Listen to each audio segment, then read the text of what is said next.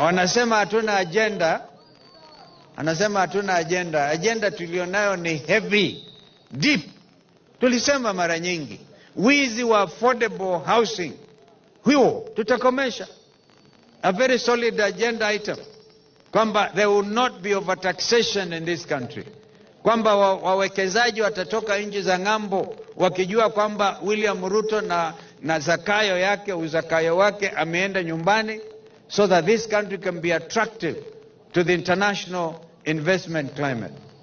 Mambo kama hayo. Tukisema kwamba tutakomesha corruption, it is serious. It is a very serious agenda. Ufisadi vile umeonekana wazi wakati wa these by elections.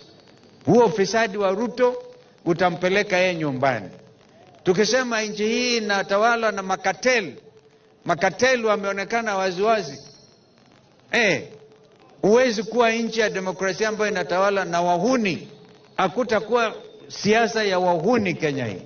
Kukipiza watu usiku, atuwaweke ndani useme they are organizing goons and you are the chief organizer of goonism. Kwa hivyo